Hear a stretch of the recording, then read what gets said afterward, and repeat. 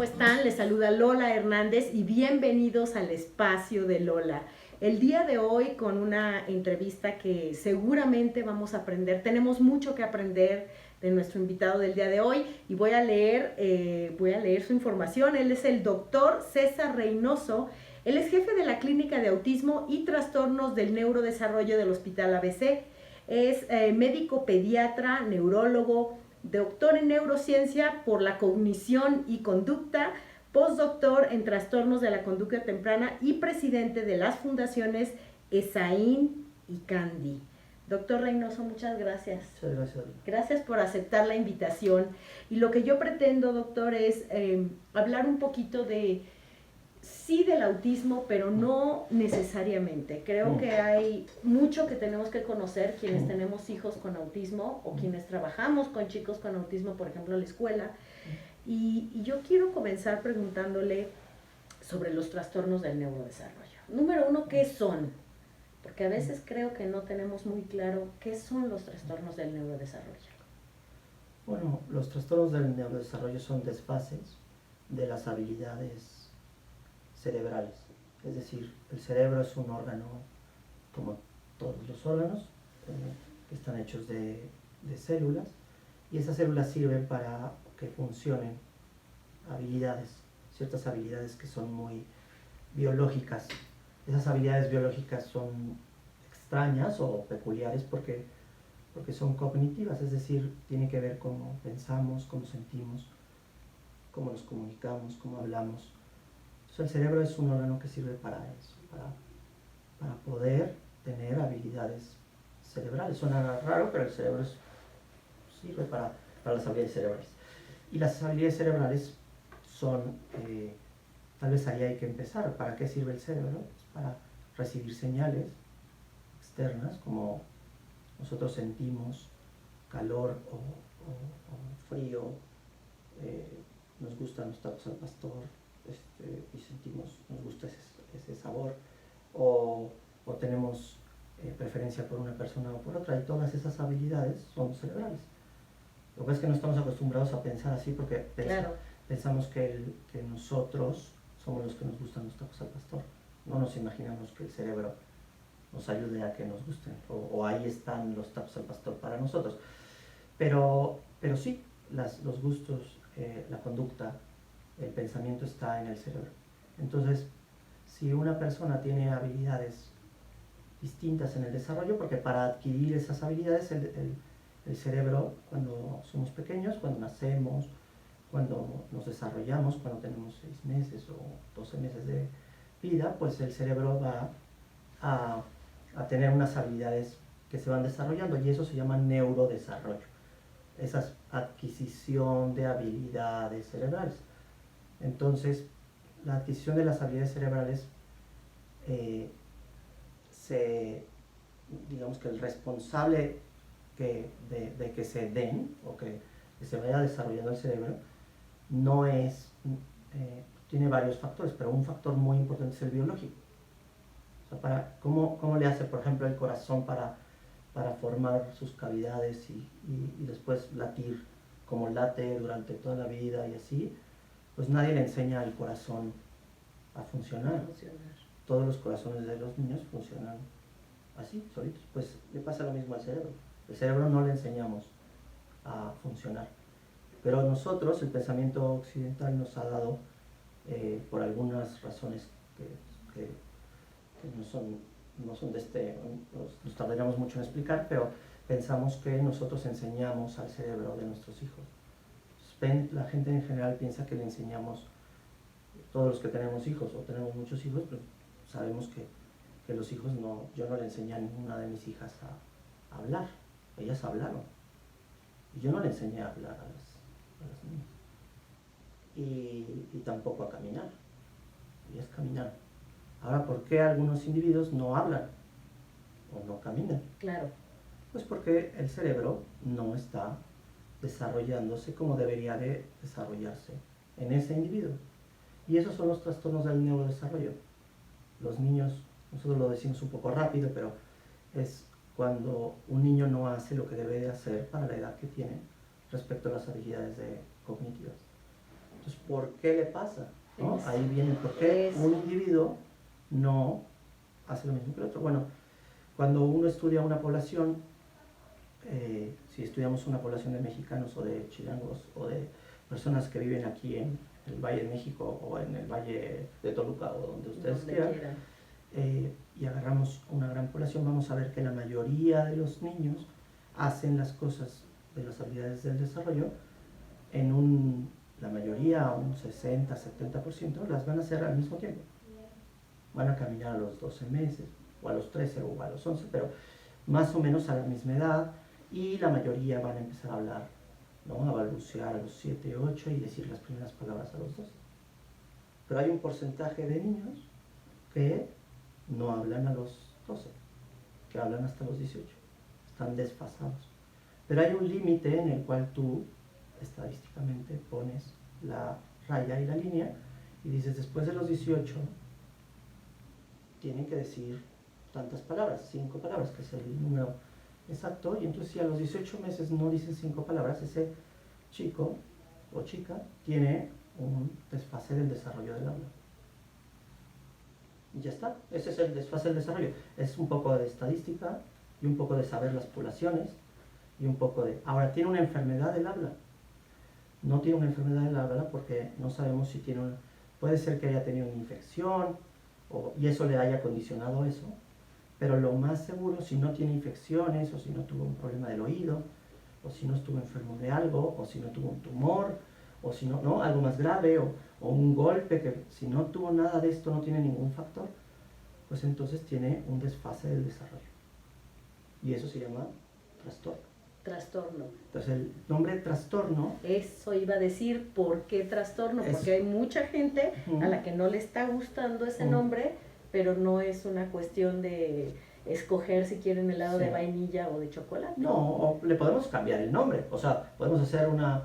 Pero las personas que le pusieron trastorno fue una traducción de la tradición anglosajona, que ellos ponen generalmente las reglas ahora de la ciencia, como lo ponían antes los franceses hace unos siglos, pues ahora lo ponen los norteamericanos en las clasificaciones y determinaciones, porque es la gente que más estudia esto. Pero si la traducción de desfase o de no... El término trastorno es un término que se da a un desfase del desarrollo que no es patológico. Es decir, no tienen una enfermedad, pero se está dando, pero no son sanos en ese sentido. O sea, no están enfermos, pero tampoco están sanos. Están a la mitad. Y eso es ¿por qué? Porque se están desfasando. Yo los estoy midiendo y no están en la norma estadística. Entonces se desfasan y ese término en el castellano común y corriente, que es lo que hablamos, se llama trastorno. Ahora, le podemos poner de otra. Yo le digo, así por suavizar, a veces desfase. Claro. ¿No? Pero el desfase, pues a otras personas tampoco les va a gustar. O condición, que es uno que se quiere usar por allá afuera. Sí, ahora el término condición me parece que es el resultado de, que lo platicábamos ahorita hace un rato, de darles como un término que no les haga, que no les duela o que no se comprometa, ¿no? Es un término poco comprometido. Y yo pienso realmente que las personas que tienen hijos con desfases del desarrollo necesitan saber la verdad. Claro, y saber el nombre. Entonces, yo creo que no hay que pelearse con los nombres. Si alguien está más cómodo diciendo que es un desfase, pues está bien. Ahora, condición es un término que si ustedes lo buscan, condiciones significa que no se le va a quitar, que lo va a tener toda la vida. Y hay desfases del desarrollo que sí que se quitan, entonces no es preciso. Entonces ahí no nos funcionaría el término condición, porque eso ya denota que ya estás como que, no sé, como si ya no tuvieras remedio, no sé cómo decirlo. O sea, ya es una condición. Y viene de los grupos, a mí me parece, terapéuticos a veces, o de los mismos padres de familia, de las asociaciones de padres, que tratan de decir, bueno, esto ya es para toda la vida, esto me tienes que aceptar, ¿no? Y es una condición de vida que yo ya lo tengo. Pero no es preciso porque hay desfases del desarrollo que no van a ser permanentes. Entonces, por eso el trastorno del neurodesarrollo pues, es el nombre técnico. Ahora habrá que consensar, ¿no? y decir en los expertos a ver si después quieren cambiar el nombre, ¿no? Por lo pronto es un trastorno del neurodesarrollo, los desfases de las habilidades, de la adquisición de las habilidades cerebrales. Ahora, ¿hay información de por qué se dan estos trastornos del neurodesarrollo en algunos chicos y en otros no? Sí, claro. Hay que estudiar mucho las causas, porque uno no puede hablar de causalidad por simple experiencia. A ver, me explico. Si yo soy de un barrio donde hay mucha gente que tiene una conducta, por ejemplo, típica, y yo lo generalizo, pues me voy a equivocar. No sé, yo en el barrio donde vivo, en el pueblo donde vivo, pues se comen esquites, ¿no? Que son elotes así. Y yo pienso que los mejores esquites que hay, pues son aquí, en este barrio, ¿no? Donde vivimos, porque son los que conozco. Y yo puedo pensar que la gente que no come esquites, pues no sabe comer bien, ¿no? Entonces yo me vería una persona no sé, del sur de Estados Unidos o del norte de Suecia, no conoce los esquites. Entonces yo no puedo hablar de una experiencia culinaria buena y amplia por mi propia experiencia y dar generalidades. En los problemas de conducta y de habilidades cognitivas hay que hacer grandes estudios para saber la etiología, o sea, para saber las causas. Entonces las personas que ven pacientes con autismo tienen que hacer estudios amplios, no solo con su experiencia. La gente dice, no, al principio se pensaba que los trastornos del neurodesarrollo eran porque falta de estimulación de los padres, porque se pensaba que la parte de los padres era muy importante. Y luego, con el tiempo, se ha visto que, hombre, la estimulación de lo que hacemos con los hijos es importante, pero no es la más importante. La más importante es la biológica. Entonces, pesa mucho cómo el individuo tiene las instrucciones biológicas para desarrollarse. Si viene de fábrica un embrión, unas células de humano que se están haciendo un embrión y después un feto, y esas instrucciones están mal codificadas, tienen mal el código, y ese código hace que se desarrolle por lugar o por acomodarse o por función el cerebro, ese chico va a tener, o esa chica va a tener una disfunción cerebral pequeñita, que al principio no se va a ver, y después cuando se va desarrollando se va a ir notando más.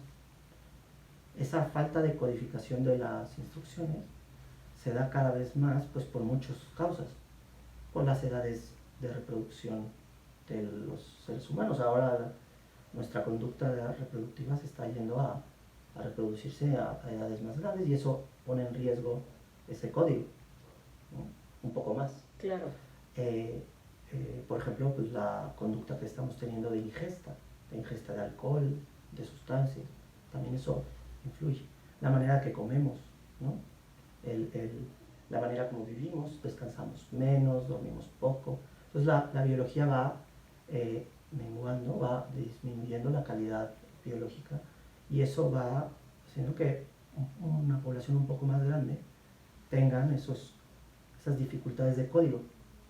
Y eso, la dificultad de código del celular, se llaman problemas genéticos.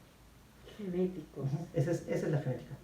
Eso no significa que tus hijos lo vayan a tener y que lo vayas a heredar. No es hereditario, es genético. Exacto. Genético significa que el código genético que tienes para hacer o para producir o para funcionar, ¿no? Para que funcione en tu célula, pues tiene un código un poco distinto. O no es que tengas roto un gen o que tengas roto un cromosoma, no necesariamente, simplemente puedes tener un cambio en las letras del código. Una falta de ortografía, yo lo digo.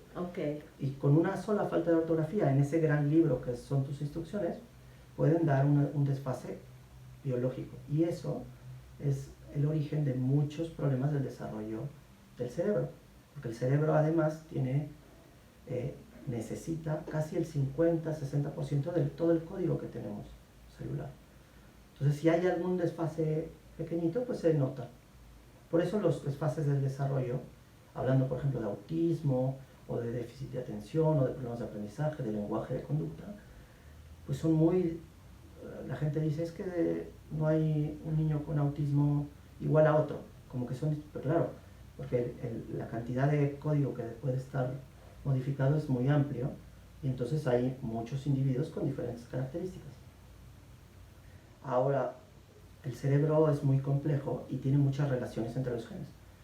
Entonces, al tener muchas relaciones y tienes una falta de ortografía en un lugar y en otro, y en otro, y en otro lugar, pues no solo vas a tener déficit de atención, o solo vas a tener problemas de aprendizaje. Entonces, muchos de los chicos que tienen problemas del desarrollo neurológico al principio se parecen bastante. O sea, parece que tienen autismo, o parece que tienen déficit de atención, o son inquietos, o no entienden el lenguaje, o hablan mal, o se portan mal. Pero esos individuos, cuando van creciendo, la epigenética, que es el término que usamos para decir cómo influye el ambiente sobre nuestro código, porque el código resulta que no es un código como el de Hammurabi, escrito en piedra, ¿no? Sino es biológico, se va modificando. Y entonces nosotros podemos influir sobre ese código. O sea, el entorno puede ir modificando, ese ayudando código, a que eso se... o perjudicando. Claro, o perjudicando. Entonces, eso es la adaptación celular que tiene el ser humano. Entonces, por eso tiene sentido hacer diagnósticos tempranos y ir modificando eso, ¿no? Yo escucho todavía muchas expresiones un poco, que yo las entiendo y que sean así, pero que una persona diga, no, yo quiero que tenga más conexiones el cerebro, o que tenga, y ese tipo de expresiones, pues, limita un poco el pensamiento a decir, entre más conexiones, pues eres mejor, y no siempre, ¿no? Eso digamos que podríamos decir de forma más exacta que necesitamos mejor función neuronal. Más. Optimizar la función neuronal. Si yo optimizo la función neuronal, voy a tener mejor función cerebral, y si tengo mejor función cerebral, voy a tener mejor habilidad cognitiva. ¿Y eso qué significa? Que voy a tener mejor atención, mejor memoria, mejor habilidad social, mejor habilidad de procesamiento, más rápido en las matemáticas o más hábil en leer o escribir. Entonces, es un proceso biológico complejo que cuando están pequeños los niños, cuando son embriones, fetos recién nacidos, lactantes, se va construyendo. La biología necesita experiencia de estímulo, necesita estimularse. Si un chico no le, lo que yo les decía, si no le, un niño nadie aprende a hablar porque sus padres lo meten a clases de hablar. Hablas porque así lo traes casi precargado el lenguaje. Pero si no escucha voz humana, nunca va a reconocer la voz humana, entonces no va a hablar. O sea, necesitas el estímulo externo. Exacto. Pero no el estímulo externo es lo que te hace hablar. Necesitas que las neuronas que estén, digamos, funcionando, funcionen bien. Y si funcionan bien y escuchas, o sea, necesitas las dos cosas. Entonces, los individuos que tienen autismo, por ejemplo, puede ser que tengan una función biológica de las neuronas pues, con una dificultad. Y eso es ¿por qué? Porque probablemente las instrucciones que tienen del código no son las adecuadas. Entonces uno les puede hacer como clínico muchos exámenes, fotografías del cerebro, ¿no? Resonancias magnéticas o electroencefalogramas, y todo puede salir normal. Porque ahí no está el problema. El problema está en el código, está en la función celular. Entonces yo tengo que ver cómo funciona esa célula y cómo está ese código. Entonces hay estudios específicos para ese código. Ahora tenemos en la actualidad una limitación grande de ver ese código, porque no conocemos bien el código todavía. Sabemos del código en un porcentaje, no sé, podemos saber que sabemos del 15, el 20, el 30% de ese código, pero el resto no lo tenemos muy claro. Y eso se está avanzando pasos muy rápidos, ¿no? Pero todavía no tenemos estudios genéticos que nos digan las cosas con precisión, solamente si conocemos bien lo que estamos buscando. Entonces, nosotros aquí en la clínica tenemos y hacemos esfuerzos muy grandes por encontrar las causas de la disfunción de esos chicos. Entonces, hacemos muchos estudios genéticos. Claro, pero por ejemplo, este estudio genético que nos está comentando, que todavía está en esta fase de, pues, de perfeccionar o Así de es, mejorar, sí. no es un determinante para decir, bueno, el entorno puede ponerse en pausa y no pasa nada, vamos a esperar a que se desarrolle, a que esté listo este examen, esta prueba genética. No. O sea, mientras tanto, el entorno es determinante para los chicos. Sí, nosotros utilizamos la palabra optimización. Si un chico tiene una disfunción celular en el cerebro que va a determinar que nunca hable, por ejemplo, podemos poner ¿no? Nosotros podemos saber que un chico que es acusado de autismo, ¿no? Por la conducta y así, pues tiene conductas repetidas, tiene conductas disruptivas o tiene conductas restrictivas sobre temas, cosas, alimentación, juegos, ¿no? Los que hemos visto muchas personas con autismo sabemos cómo son los chicos con autismo, y además tiene problemas de comunicación social, o sea, no se integra o no busca o no sabe preguntar, o la relación que tiene con las personas es un poco errática. Bueno, pues si tenemos una persona así muy pequeña y sabemos que los genes que están involucrados en la comunicación social o en la comunicación, que no es tan fácil como decir que es un gen, porque no es tan fácil el asunto. Hay muchos genes involucrados y luego hay relaciones entre esos genes. Claro. Entonces, no es así de sacar un estudio y encontrar un gen, no es tan fácil. Entonces, si nosotros encontramos una relación, o ya lo vimos en muchos pacientes, y buscamos esas relaciones con esos genes y encontramos 3, 4 genes y la relación que tienen, y resulta que todos los individuos que tienen esa codificación no van a hablar, entonces sabemos que no van a hablar, ¿no? De 100 niños que tenemos, ninguno ha hablado, pues entonces ninguno va a hablar. Entonces ya sabemos desde que tiene 3 años que no va a hablar. Claro. Ahora, yo puedo ponerlo a estimular, ¿no? Pero yo sé que no va a hablar porque no tiene esa parte de codificación para traducir los ruidos, ¿no? Entonces, por eso va a tener una dificultad grande para él. Entonces yo empiezo, ¿qué tengo que hacer? Pues alternativas de comunicación. Entonces empiezo a enseñarle señas, por ejemplo, o apoyos visuales, que es lo que muchas tendencias hay sobre autismo. Pictogramas. De forma intuitiva, a alguien se le ocurrió que por medio de apoyos visuales se podía. Pero resulta que ese chico además tiene un problema de apreciación visual, ¿no? Pues tampoco va a entender los pictogramas. Entonces tenemos que, por ejemplo, hacer una programación más de táctil. Entonces, a mí no se me pueden terminar las ideas con las personas con autismo. Yo tengo que buscarle las vías por donde entrar. Y entonces puede ser que esa sea, ¿no? Y que empiece a enseñarle a decir sí y no por medio de señas ni de pictogramas, sino por medio de un estímulo táctil. Claro. O hasta la vista, ¿no? Del o con parpadeo, o lo que sea. Y puede ser que tampoco. Ok. Y entonces, porque tal vez lo que tenga es que la codificación o el proceso de la memoria lo tengan con mucha dificultad. Entonces, que no pueda guardar un dato y luego otro, ¿no? Y por eso es repetitivo. Entonces, yo tengo que hacer que la conducta no sea tan repetitiva, entonces tengo que hacer un programa que la conducta no sea tan repetitiva como él lo hace, ¿no? O sea, orientarlo más y tal vez quitándole la repetición de conducta pueda darle más atención hacia un sí y un no. Y eso tal vez me tarde con él, pero me va a dar más elementos para decir, voy a avanzar en esto, ¿no? Claro. En la determinación hacia negativo o positivo. Y entonces empiezas a hacer como estrategias o técnicas que no te quedas solo en decir tiene autismo y lo voy a meter a este tipo de terapias o sino que empiezas a hacer estrategias puntuales con cada uno. Y ahí hay una infinidad de cosas que hay que hacer con unos y con otros. Hay unos que van a tener mucha dificultad cognitiva en general, que son muy repetitivos, que no codifican bien el lenguaje, que también la parte sensorial la tienen pues muy afectada en el sentido de que les cuesta mucho, ¿no?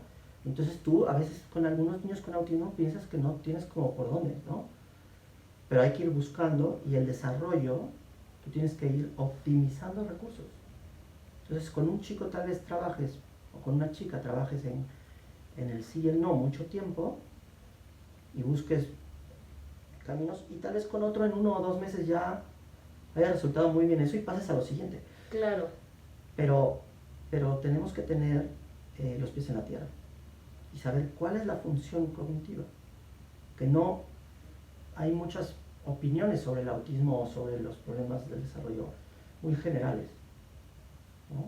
Generalizar lo que yo creo que provoca a veces es ser equivocado. Entonces, decir, no, es que las personas con autismo tienen problemas sensoriales. Eso es decir... Que todos. Todos, es como decir que tenemos pelo, pues sí, la mayoría de los humanos tenemos pelo. Sí, algunos se les caen más rápido. Sí, otros no tanto, ¿no? Otros no, pero... otros tienen más pelo aquí sí, que no, acá. pero decir que una persona con autismo tiene problemas sensoriales es decir eso. Es una generalidad que no me ayuda como a concretar, ¿no? Entonces tengo que hilar fino, como decía mi abuelita, ¿no?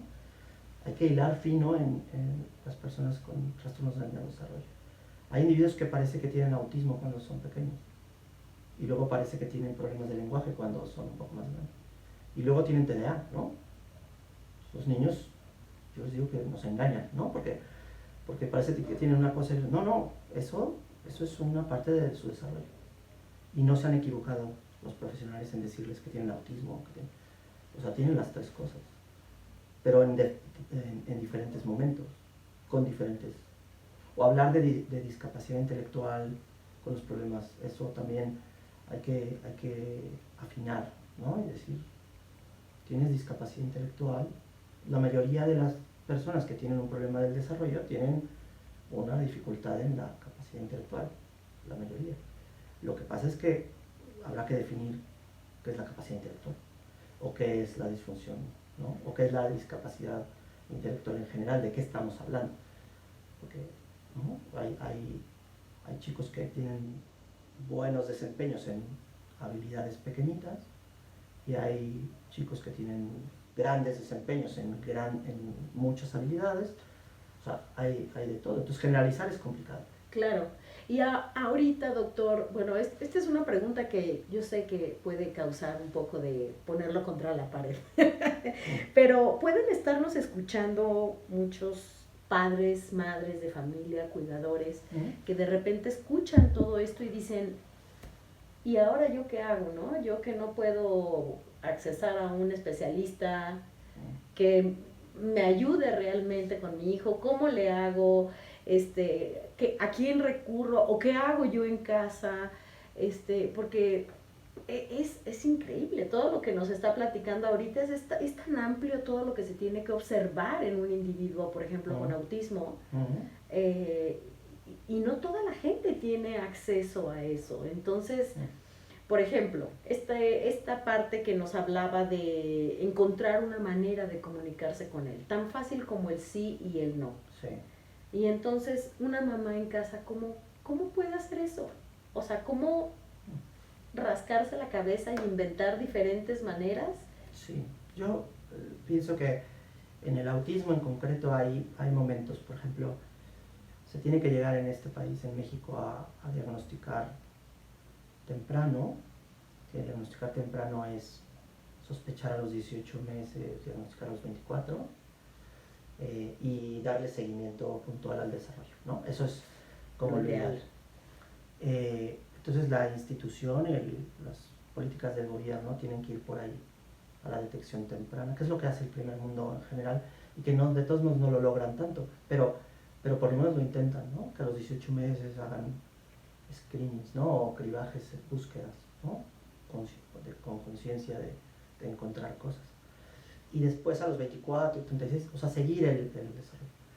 Y yo creo que es tarea de los profesionales hacer como los diagnósticos tempranos y darles el seguimiento. Entonces, ahí hay que avanzar mucho con pediatras, ¿no? Con educadores, que son los del primer contacto, para definir. Y luego, ya que tenemos esto, yo soy, o intento que los problemas que nosotros tenemos sean ecológicos, ¿no? O sea, enseñarle mucho a los padres, que los padres nos pueden ayudar.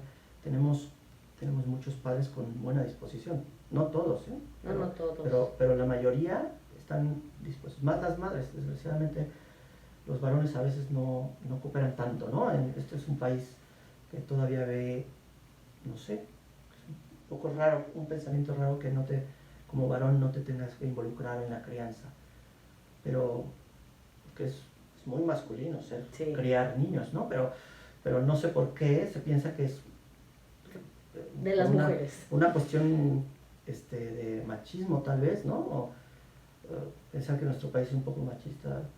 Yo creo que tenemos que pensar que sí es muy machista. Sí es muy machista. Pero hay que involucrar a los varones en la crianza, ¿no? Y a las mamás. Pero ya que tenemos esos padres dispuestos, pues hay que enseñarles, y la estrategia es muy fácil en la teoría, muy difícil en la práctica. Y es el principio de muchas terapias además, ¿no? Que es, yo tengo que ver qué es lo que puede hacer el individuo, ser consciente de qué es lo que puede hacer. Por ejemplo, en la comunicación, si el individuo de 24 meses camina y va por la comida, por la leche, y quiere y no señala con el dedo, y ya debería de señalar con el dedo, pues entonces tengo que ver cómo consigue las cosas. Entonces, si lleva a los padres de la mano, o si... Estoy hablando mucho del autismo y los problemas del lenguaje, ¿no? Sí, claro. Pero esa es la manera como los niños o lloran nada más. Uh-huh. Yo tengo que, si solo lloran, y yo sé que llorando tiene hambre, y sé que a los 24 meses ya deberían de hacer un poco más para decir que tienen hambre, claro. Pues entonces yo tengo que ir al siguiente paso. Después de llorar, ¿qué hacen los bebés para...? Pues ven y dirigen la mirada antes de señalar. Tienen como una intencionalidad. Entonces voy a empezar a intentar que vean, ¿no? Hacia dónde está, lo que quiere. Entonces, digamos que hay que como ver pasos próximos de lo que le toca a nuestro hijo. Es como tener un hijo en secundaria y decir, yo quiero que sea buena persona en secundaria. Entonces, ¿qué me toca si tengo hijos en secundaria? Que haga la tarea, ¿no? O sea, no me tengo que preocupar si va a votar las próximas elecciones. Tengo que procurarme a que haga la tarea. Por ejemplo. O que vaya a una fiesta y no tome alcohol. Eso es mi preocupación próxima. Claro. Entonces, a los padres, yo les diría que, ¿qué es lo que les preocupa? ¿No? Entonces, primero ver qué es lo que sí puede hacer. Y preguntarle a los terapeutas, ¿no? ¿Qué es lo que sí puede hacer mi hijo? A ver. Saber que los padres también somos poco objetivos cuando tenemos hijos. Perdemos el piso un poco en la objetividad. Entonces decir, bueno, pedir ayuda. Y decir, oye, pero no pedir ayuda, no porque la comadre no nos caiga bien, o sea, yo respeto mucho a las comadres, y a los vecinos y a las vecinas, pero hay que preguntarle a alguien que sepa un poco de desarrollo. Claro. A un psicólogo, a un terapeuta, a un pediatra, a un médico, a alguien que sepa desarrollo. Oye, ¿qué es lo que tiene que hacer después de esto? Esa es la pregunta. Claro. No es que tiene que hacer, ¿qué va a hacer en los 18 años? ¿Se va a casar? No. Pues me tiene que preocupar a mí, ¿qué es lo que sigue? Ese es un tip que yo les doy así muy pequeñito, ¿no? Pero muy valioso, muy importante. ¿Qué es lo que le toca hacer ahora? Sí, claro. No por la edad, sino por el desarrollo. Entonces, si está gateando, ¿qué le toca ahora? Pues ponerse de pie. No caminar, ponerse de pie en una silla. ¿O qué es lo que le toca cuando está comiendo, por ejemplo, líquidos? ¿Cómo le hago para progresarlo en la dieta? Progresarlo es que coma mejor, ¿no? Claro. Entonces pasarlo a los trocitos. Y después de los trocitos, los pedacitos. Y después de los pedacitos, ¿no? Entonces, casi en todo el desarrollo lo tenemos muy bien estudiado. Y yo lo digo muy fácil porque a eso me dedico, y parece muy lógico para mí, ¿no? Pero a veces para los padres no puede ser tan lógico. Pero uno tiene que, yo creo que los cursos para los padres tienen que ser en eso. ¿Qué es lo que sigue? Claro. Y tener ese pensamiento de decir, a mí no que me preocupe, no me tiene que preocupar algo distante, sino algo cercano. Y luego hacerlo. Sí. Siguiente paso, hacerlo. O sea, yo tengo que lograr que mi hijo coma trocitos. ¿Cómo? Y entonces saber que el hijo, para las personas que tienen autismo Por principalmente, son persistentes, por no decir necios, ¿no? Yo los quiero mucho y todo, pero suelen ser muy necesitos. O sea, no quieren el cambio, no les gusta el cambio. Por una serie nos tardaríamos aquí mucho en explicar, pero se sienten seguros en donde están parados y entonces no quieren dar el siguiente paso. Entonces a veces hay que obligarlos. Claro. Pero la técnica es obligarlos sonriendo. O sea, el niño se está destornillando y tú le sonríes, ¿no? Porque la experiencia al final tiene que ser positiva. Claro. Pero dura. Firme. Pero sonriendo. Sin gritos y sin sombreros. Es una estrategia muy complicada. Muy. Pero si yo quiero que pase a trocitos, ¿qué tengo que hacer? O sea, porque solo toma leche y tiene 24 meses y ya no le conviene. Y tengo que hacer que romperle esa conducta rígida y restrictiva para pasar a lo siguiente. No porque le haga daño, no es por eso, sino para que tenga la experiencia de la flexibilidad. Claro, y además que vaya evolucionando, ¿no? Que evolucione de eso se trata. Así es. Entonces nos cuesta y nos puede costar, pero me tengo que poner firme. Entonces el niño va a empezar a hacer cosas, se pega, vomita, parece que se atraganta, ¿no? Entonces hay que preguntar, oye, ¿no se me va a morir? ¿No? Porque eso te da miedo como papá, ¿no? ¿No se me va a morir con unos pedacitos de jamón? No, no, se va a morir. Entonces vamos a intentarlo, ¿no? Y poco a poco. Y te vas a pelear. ¿Y cuánto tiempo te vas a pelear con él en eso? Pues no sé. Un día, hay unos que un día, otros 10, otros 100 días. Sí, claro. Depende de cada uno. Entonces, pero lo tengo que tener claro, qué es lo que sigue. Claro. Y ya cuando logré eso, después de 100 días, lo que sigue. Y luego, lo que sigue. Entonces tal vez lleguemos en un chico de 16 años, 17, a que coma tacos al pastor. Por supuesto. Pero ya lo progresé. Ajá.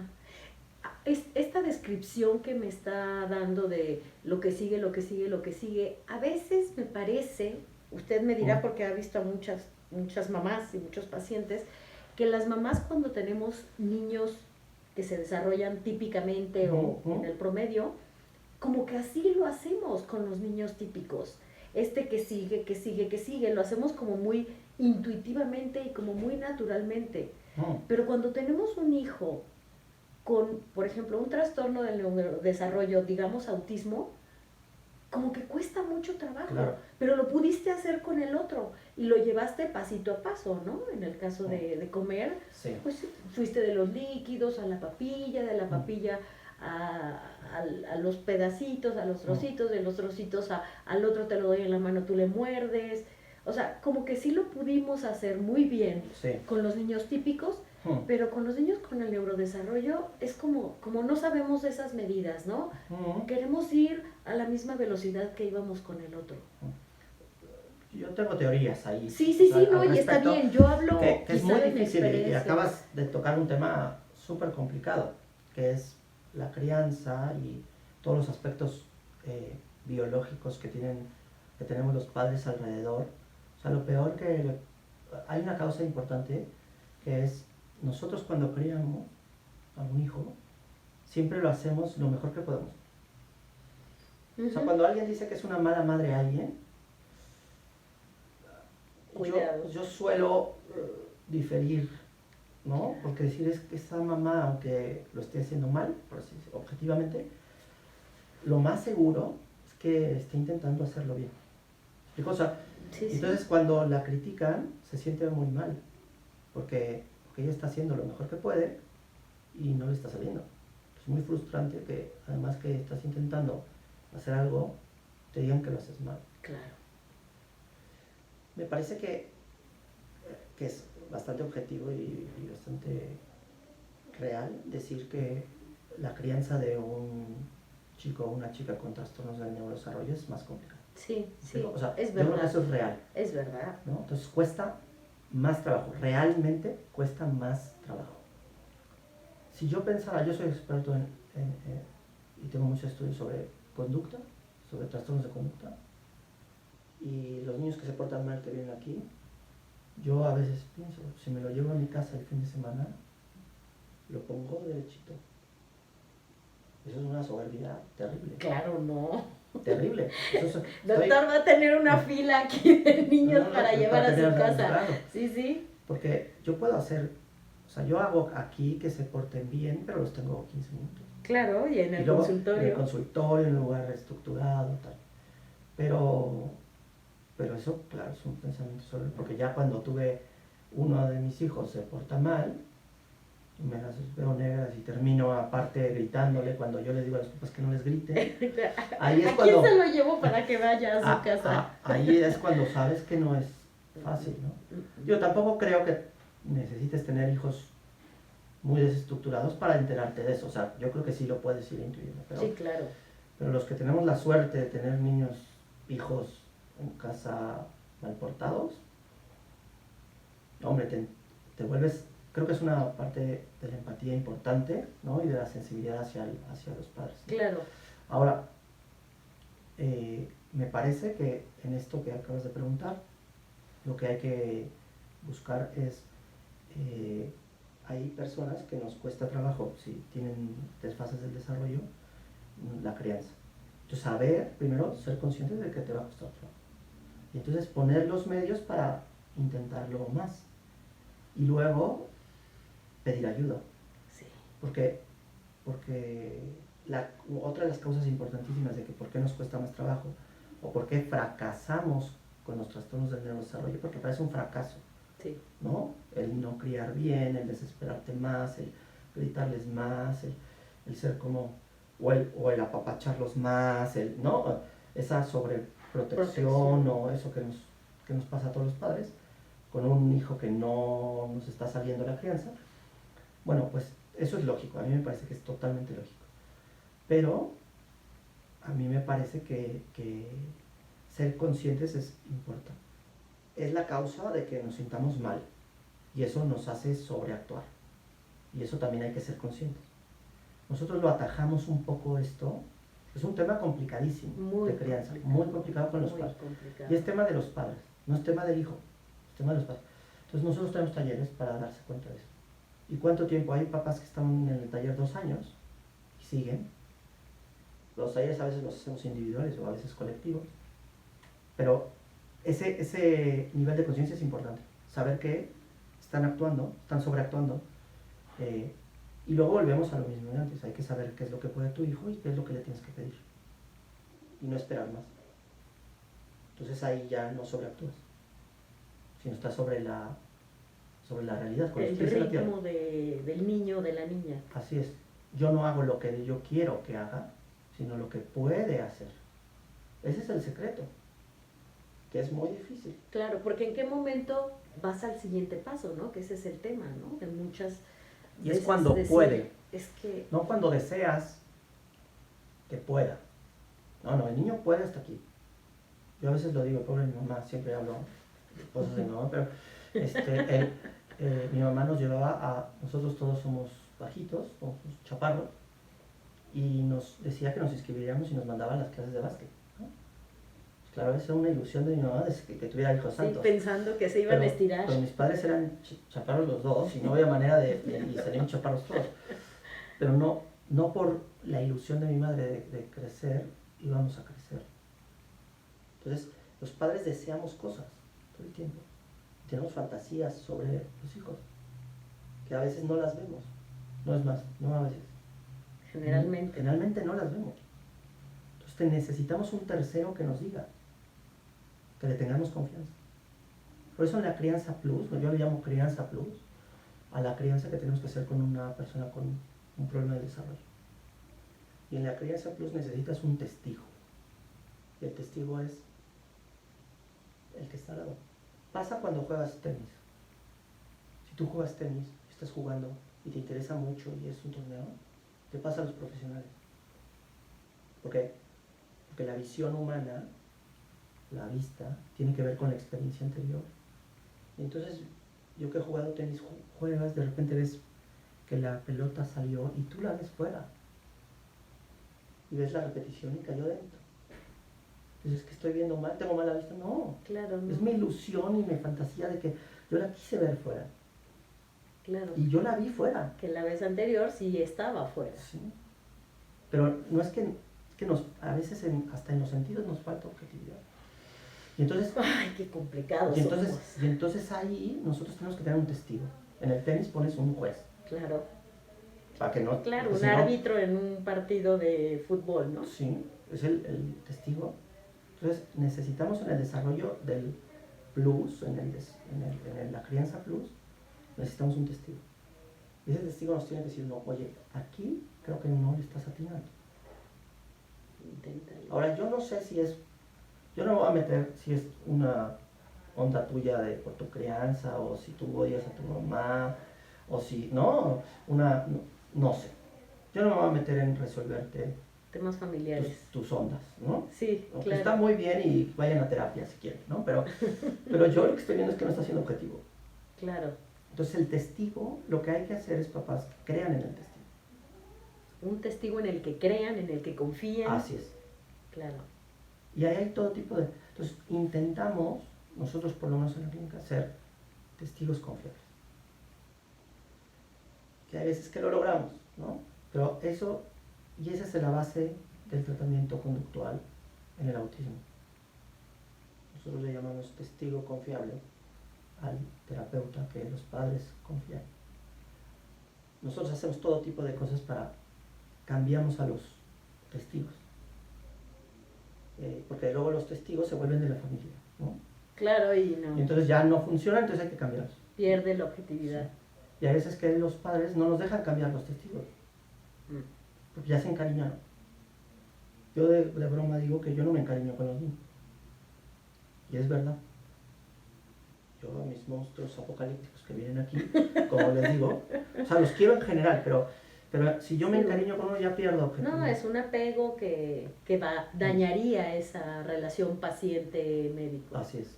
Entonces procuro ser lo más objetivo posible. No, claro, soy humano y no, a veces me siento mal por unos o por otros, ¿no? O siento compasión, ¿no? Sería de madera yo si no sintiera, pero procuro no pegarme.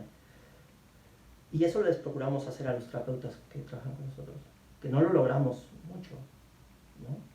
Entonces ahí, y no confundir con los vínculos o con el rapport, que es distinto, ¿no? Claro. Los psicólogos, los terapeutas de autismo la tienen muy complicada, ¿eh? Sí.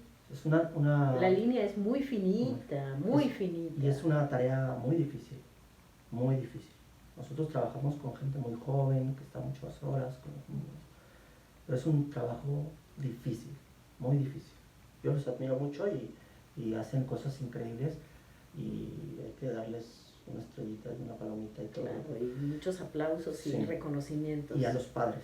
A los padres. Los padres hay que tenerlos bien tranquilos. Entonces una gran parte de esto, ya les estoy dando mis secretos, pero la atención que nosotros damos es eso, darles piedras de toque o puntos objetivos a los padres de decir qué es lo que sigue con tu hijo, evaluar y reevaluamos mucho a los niños para saber dónde están parados, tener terapeutas confiables, testigos confiables, que trabajen con los padres y con el niño, hacemos lo mismo con las escuelas y luego, muy importante, dar pues, mucha alimentación al sistema de datos, ¿no? Estamos viendo esto, vamos por aquí. Exacto, exacto. Objetivos claros, sí, medibles. Y luego cuidar a los cuidadores.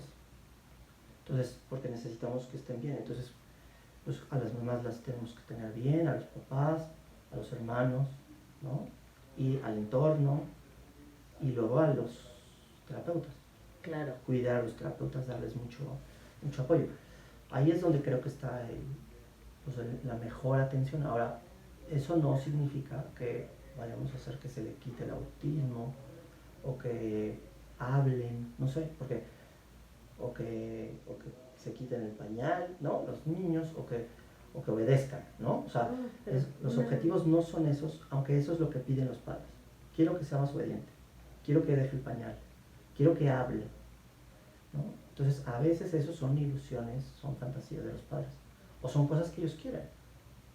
Y en algunos se va a poder, pero en otros no. ¿no? Entonces no, yo tengo que ir, tengo que tener claro el siguiente paso. Claro, claro.